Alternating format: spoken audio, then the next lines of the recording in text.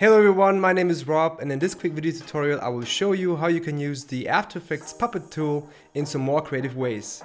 Most of the people would think that the puppet tool is to animate characters in After Effects, which is true. You can do that, it's a lot of fun, I've done that.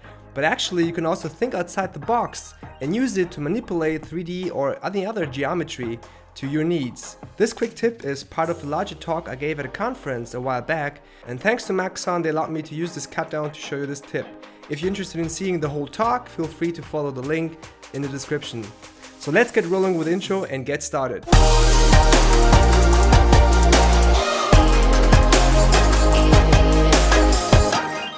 But if you look at the drone from a front view, and let me just show you with the integrated version, you will notice two things.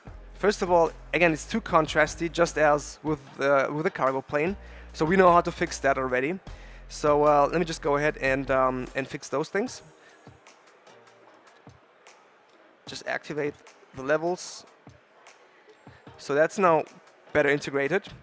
But the wings are curved upwards, right? So why is that? Because this is for the flying motion.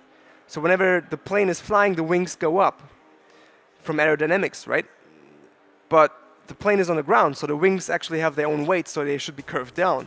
So how can you fix that? Well, you would think, of course, you go into 3D, and you select the polygons, you bend them down. Of course you can do that. But there's a way easier way, and there's no need to actually change the 3D object for that. So what I do is I select the plane. I go to the puppet pin tool. I click on the wing once, twice, 3, 4, 5, and 6.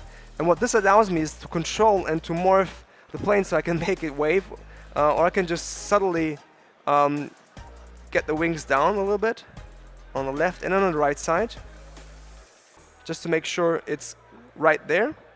And if you look at it like this, you can see it's way more realistic, just adding some weight and believability to the shot.